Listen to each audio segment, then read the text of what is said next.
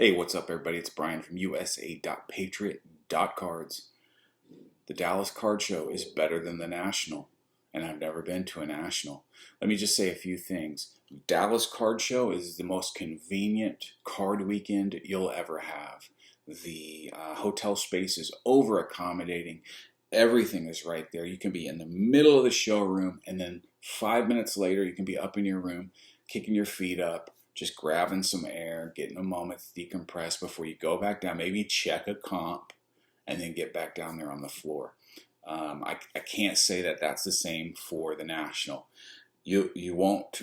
You're gonna find every card that you're looking for in the Dallas Card Show.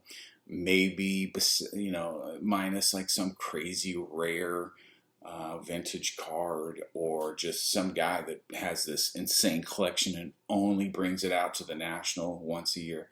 Sure, the National's going to have the oddballs, or the like, the ghosts, the T206 Wagners, or the PSA 10 mantle, or whatever it is. Yes, that will be at the National. Probably won't be at Dallas, but if you're looking for a Steph Curry NTRPA, it'll be at Dallas. So for your average just collector, even the high-end guys, Dallas is as good as it's going to get. It recurs every other month, which I think might be a little too often. I think if we cut it down to once a quarter, it might create a little more excitement, a little more buzz, just because people will be absolutely starving by the time the next Dallas show rolls around. The Wi-Fi is always good. The trade night is unparalleled. At the National, you've got these like, okay, so Card Collector 2 is doing a trade night, and Sports Card Radio is doing a trade night, and Jeff Wilson's doing a trade night. So you got these splintered trade nights, right, where you don't know what's going to be there, or if that trade night was better than that trade night, but you could only go one, so you had to pick one. At Dallas, anybody that's trying to trade that's not a dealer, after the show, boom, everything's going to be right there. They line the hallways, they fill up that main room, not the main room, but like the biggest alternative room, the trade night room. They fill that up, and it goes until 2 or 3 in the morning.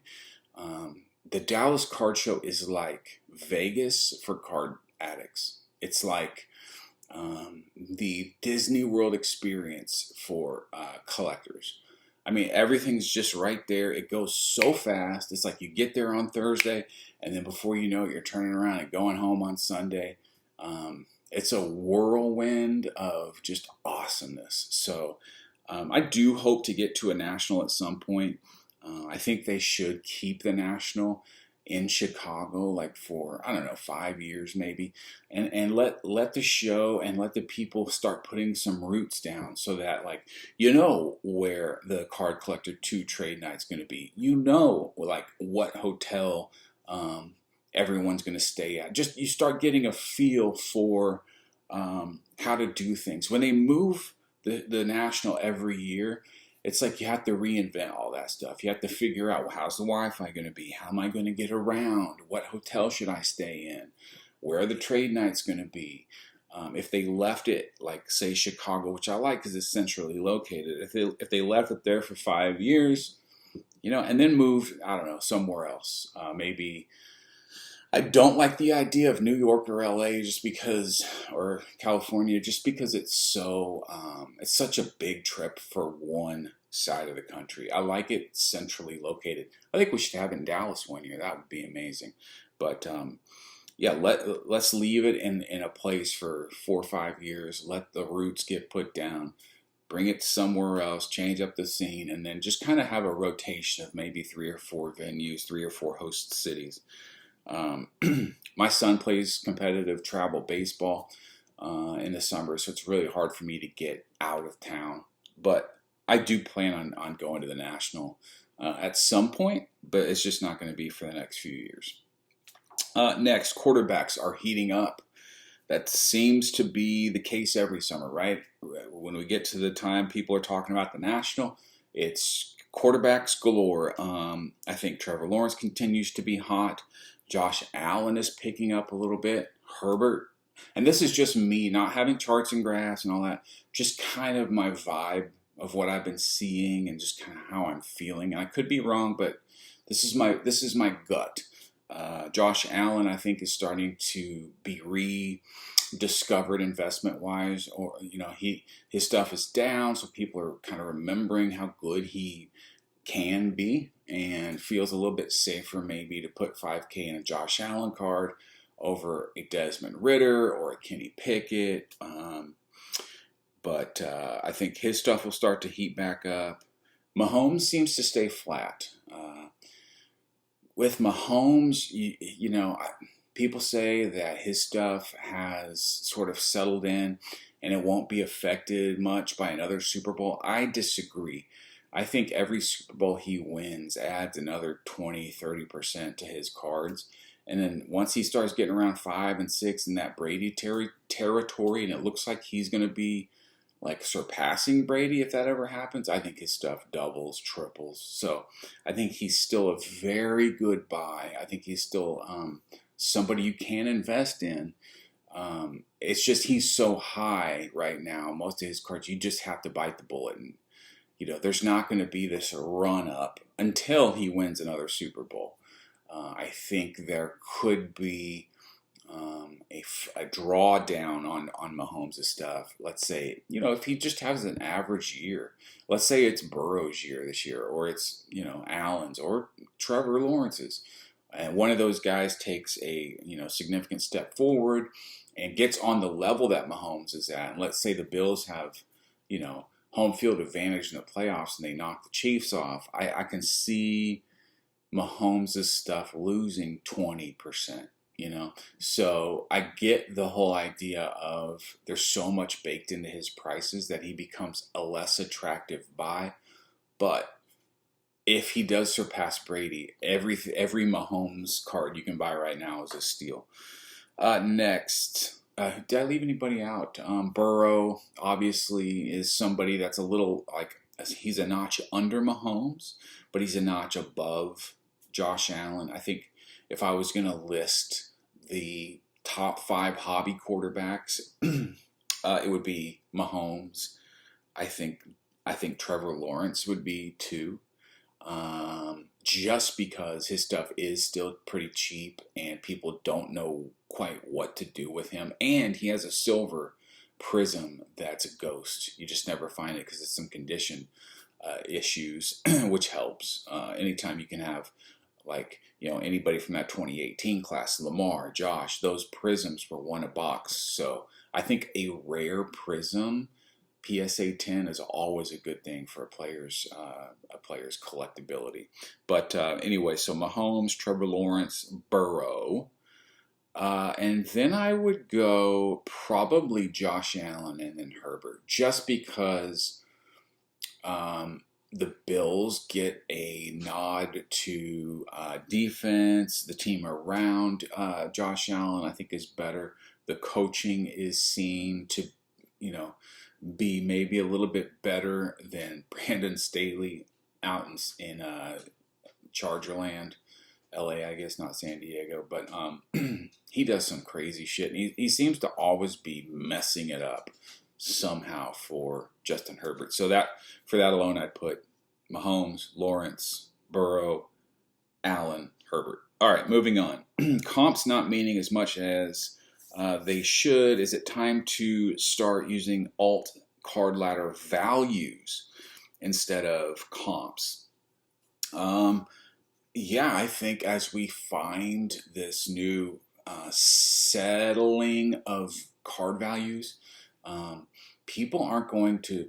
Let's say you have what's a good card to use here? Let's say you have a Joe Burrow Prism Silver PSA 10. I think it does right around 2K plus. And let's say somebody offers you 85% comps on that card. Chances are you're not gonna take that. That's a card, right, that is a little more desired than a card that should have to be sold at 85%. Let's also say that the last comp was 2K. You don't even have to be beholden to that last comp number on a card like that. On a card like one of those top 5 quarterbacks I just mentioned, PSA 10, I think that you're going to start seeing more and more people just refuse to play within the last comp, the last comp game. I know that I was looking at a trade just yesterday for a red choice Prism Luca PSA 10, the ones that are out of 88, gorgeous card, red, with the kind of the scope design. You've seen it, you know the card, but not a color match, so not something that I was like I gotta go get this. Anyway, I offered a Joe Burrow, some cash, like $500, and a Deshaun Watson silver. So the last Burrow comp was like $28.50, but that was back in like February, and nobody's going to sell that orange Burrow right now for $28.50. And then Alt had the value of that card at like $3,400, and so when you're selling something, a good way to not have to be tied to that last comp. Well, let's look at where Card Ladder or Alt values this card. They use indexes, and they use prior sales, and they use whatever formula they use. If you go on Alt and you see the value that they spit out, if it's got a small green bar with an arrow pointing to it, that's them saying they're pretty confident that this value is spot on. If it's a bigger bar and it's a different color like orange or yellow, that's them saying, hey, we don't have enough data or as much as we would like in order to give you a value for this card, but here it is anyway. Make of it what you will. But the small green bar, that's them saying, hey, we're pretty sure that this card is worth this number. So that's what I was using in my offer for that Luca. Was I was going to be at $28.50 for that orange Burrow? Hell no. And if I was trying to get that card, I wouldn't expect somebody else to be there either. So then you say, what do we use? Let's start using, or at least looking at, the values that these sites spit out. Fund your cards. I watched one of the Hobby with Cage episodes and Shyway vlogs. Started a new company where, let's say, you find a card on Golden or on eBay or any of these auction sites, and you have to have it. It's your grail. Let's say it's a 10K card and you don't have 10K cash laying around. You can contact Fund Your Cards. They will essentially send you a contract where you will agree to a certain price, bid this up to a certain price, let's say 10K, and then they'll purchase that card for you, right? So that you don't miss it because it's being auctioned. And then you just have to go in and make that difference up with cards that you already have in your possession. So it sort of buys you some time. If you see a card come to auction and you have 10K in cards laying around, just not in cash, it basically gives you some liquidity. They charge 10%. So on a 10K card, you've got to give them 11K back in cards. They sell them for you. So I don't know. It just sounds like by the time, let's say you went after a 10K card, got it. By the time you liquidated all those cards and gave Fund Your Cards the extra 10%, I bet you're out 20 to 30%. Just because they're probably going to auction those cards that you give them. They don't care what those prices end at. Matter of fact, if they go low, it's better for them because then you just have to keep giving them more cards, right? And so then they can take them. And then they can resell them and make who knows what. Like I said, I think that the final spread between what you're getting for your card and what they're selling it for is going to be not 10%. It's going to be 20 to 30%. I wouldn't touch it with a 10-foot pole. That's why you always got to keep a little cash liquid just in case you do see that card that you want come up in auction. Don't get caught, right, holding all these cards, which... it's always good to go through your collection and say, hey, what are some cards I can liquidate now? Have that cash in hand just in case something comes along. And then chances are, if you do see a card that you consider a grail, let's say in the June Golden auction, and it goes for 10K, more than likely in the November auction, that card will be back up and it'll go for less. So patience is key. I think Fund Your Cards is all about taking advantage of people's FOMO, and I don't know, it just seems like it's like going to a pawn shop to fund some purchase. You know, it's just not smart. Let me just say that. All right. First loss through authenticator. I believe that, and I might be speaking too early, but as it stands right now, my first Bowman Blue Julio Rodriguez auto BGS 95 is lost at the authenticator. I bought the card June 2nd. It was supposed to be delivered, or at least I'm doing Ship My Cards, so it was supposed to be at Ship My Cards by June 9th. And I opened up a refund because it's been stuck at tracking shows. It's stuck at the authenticator. It says arrived at hub since June 5th. So they said give them till the 15th, and then they'll make a decision. But that's just one other problem when you're authenticating grading cards, is that there's a chance, you know, the more times you have to ship it places, the more times something weird can happen. I'll keep you posted on how that turns out. MLB rookies heating up. Ellie De La Cruz, Gunnar Henderson, Corbin Carroll. Quietly, this has been the year of the rookie for baseball. Josh Young here in Texas. And so, there's some exciting young players.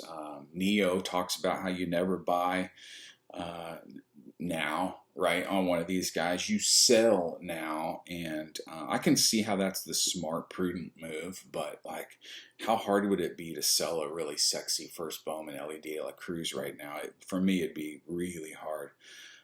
Basketball season ended last night with the Nuggets winning the championship. It's going to be interesting to see the draft and free agency, how that starts to move the market. Pay attention, read up on who might be traded, where, you know, Jaylen Brown might go, where Chris Paul might go. Is Kyrie on the move? And you can maybe take advantage of a trade, or if Dallas starts putting together some nice moves, I think the Luka market will continue to get hotter. And then, so there's some money, there's some spec plays to be made around the NBA free agency and draft. So keep your eyes and ears open for that. And then finally, with comps being harder and harder to verify, I know of several, at least 4 that I've looked at on TerraPeak that show paid for but haven't been. You can actually call eBay and you can ask them to verify a sale. A friend of mine was looking at a card which showed sold and paid for. Turns out it was refunded. So but it still shows as a paid for comp. Which, if you want to get a comp on the books and you want it to appear to be real, it might cost you, well, it won't cost you a dime, because all you got to do is sell it to your buddy. He pays for it. Then he opens up a refund. And since you're his buddy and this was y'all's plan from the get-go, you're not going to push back on that refund. So you grant the refund, you get your money back, or he gets his money back, card stays in your hand, bright, shiny new comp on the books. So if you want to make sure before you, invest whatever's a large amount of money to you, and it varies, if you want to just be extra cautious, call eBay, verify that it hasn't been refunded, verify that the card that you're interested in and the comp that you're basing the value on is actually a real comp. And then finally, show you this Super Bowl ticket, Blake Bortles 101. And the reason I'm showing you this is because behind it is the next great Jacksonville Jaguar quarterback. I like this Bortles card. I think I actually sold it on eBay. Sold this card to a Jaguars fan on eBay last year for like 80 bucks, right? He was so happy to have it. And then he opened up a refund because I think he said he had car issues or something. It was wild. So I took it back. And I'm kind of glad to have it back because it's a cool card. My only Super Bowl ticket. But right behind him is the new Blake, hopefully not the next Blake Bortles, but just got this today. The Trevor Lawrence Silver Prism PSA 10. It's a ghost. They're not out there. Thanks for watching, guys. I appreciate it. We'll see you on the next one.